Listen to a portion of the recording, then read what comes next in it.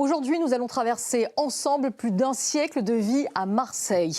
Un siècle de portraits, de paysages, de tranches de vie. On va le faire grâce à des photos et grâce à 3 générations de photographes exceptionnels, Fernand, Albert et Gérard de Taille. Et c'est avec une joie non dissimulée que je reçois tout de suite Gérard de Taille.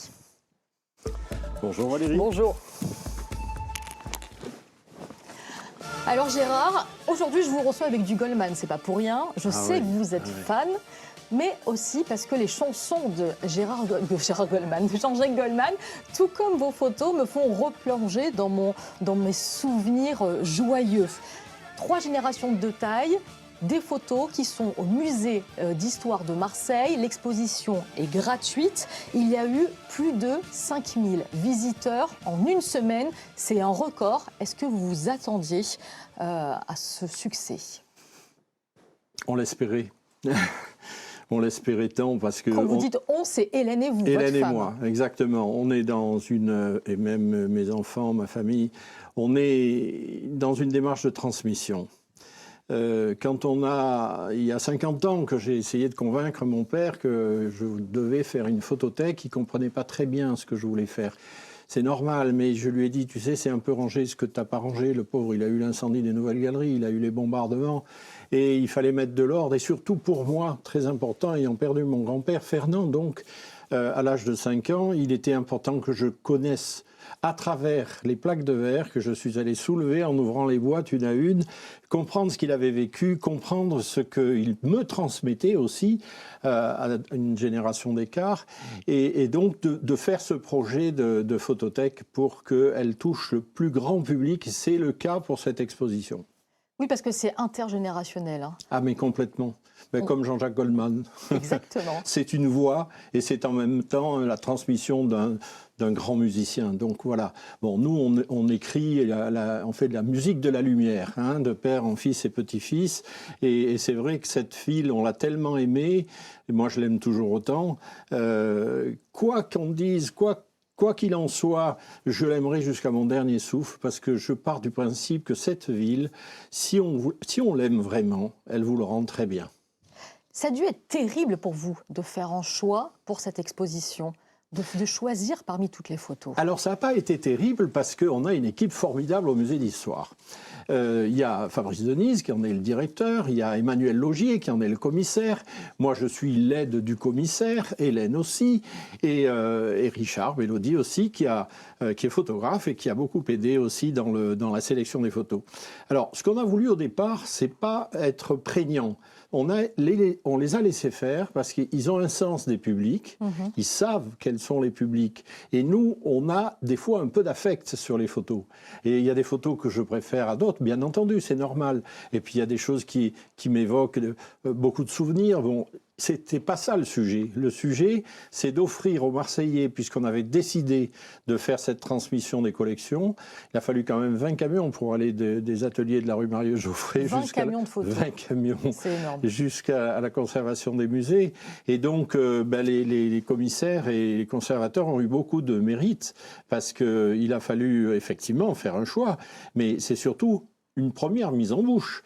C'est-à-dire qu'il y aura d'autres expositions derrière, je peux me permettre de le dire, puisque c'est en accord avec le musée d'histoire, et c'est pour eux ce succès très encourageant. On comprend maintenant que la photographie, c'est un outil de mémoire. Cet outil de mémoire aide non seulement les historiens, les chercheurs, mais aussi le grand public. Et on y est beaucoup avec Hélène à l'exposition, et je suis touché de voir que chacun y trouve son compte. Parce que oui, on peut, pour les personnes qui vont à l'exposition, il faut souligner qu'on peut vous y voir. Ah oui, vous y êtes. Ah oui. On peut même m'y voir sur l'écran, puisqu'il y a une vidéo à la fin où j'explique un petit peu la démarche qu'on avait, comment ça s'est passé, pourquoi. Je me suis même amusé dimanche. Il y avait un monde fou avec des familles, des enfants dans les bras, toutes des choses qui nous ont beaucoup touchés. Je me suis même amusé à la fin de la vidéo à rentrer dans l'écran en disant « il est là ». Bon, ça fait partie de vous, tout ça. J'aimerais J'aimerais Ouais. pour ceux qui ne connaissent pas votre histoire qu'on revienne un peu sur le début de l'histoire. Oui. Tout commence finalement avec votre grand-père, Exactement. Fernand de Taille, qui reprend le studio de la Canebière au Tout à fait. 77. Alors votre grand-père, il était photographe, il était aussi pianiste, Oui. fan des nocturnes de Chopin qu'on entend un petit peu. Et votre grand-père, il était non seulement photographe, mais en plus, il devient éditeur d'art. Et si je peux me permettre le jeu de mots, la différence est de taille. Voilà, elle est de taille. Je vais y venir, mais je voudrais surtout expliquer qu'il est devenu photographe grâce à son piano et grâce aux nocturnes de Chopin. C'était à Genève, au Parc des Bastions. Fred Boissonnat, très grand photographe suisse, de père en fils, comme nous, le repère en train de jouer. Il lui dit, passe à l'atelier, tu as l'air doué, hein, passe à l'atelier. Il n'en est jamais plus reparti. Tout ça, toutes ces histoires, les photos, tout ça, on le retrouve dans l'exposition parce qu'il n'y a pas Bien sûr. que des photos, il y a toute votre histoire sur 3 générations. J'aimerais juste avoir une dernière question pour vous. Vous dites souvent, Marseille, c'est un port avec 2 grands bras ouverts. Vous en pensez quoi de l'évolution de Marseille aujourd'hui ? Marseille, c'est la plus ancienne ville de France. 2600 ans, née d'une histoire d'amour. Ces 2 grands bras, ça sera pour toujours. Elle en a vu d'autres. Elle en a essuyé d'autres. Elle a perdu la moitié de sa population lors de la peste. Elle a eu des grands drames à Marseille et elle s'en est toujours remise. Et malgré toutes les difficultés de l'époque, je crois qu'il y a... Vous savez, Nadar a dit en 1905, en quittant Marseille, il a dit « Je t'aime, ô Marseille, non seulement parce que tu es belle, mais plus encore parce que tu es bonne. Et je ne me consolerai jamais de t'avoir connue si tard. » Quelle épitaphe! Eh oui. Et c'était dans le Petit Marseillais qu'il a écrit ça. On va terminer sur cette belle phrase eh bien, de volontiers. Nadar, parce que hélas, c'est déjà fini. Et je vous donne rendez-vous à la prochaine exposition. À la prochaine exposition, avec grand plaisir. En tout cas, celle-ci est gratuite. C'est au Musée d'Histoire de Marseille. Elle est à voir jusqu'en octobre 2026. C'est un petit bijou. Merci beaucoup pour votre travail. Et nous, eh bien, on se retrouve la semaine prochaine avec une personne tout aussi inspirante. Merci beaucoup.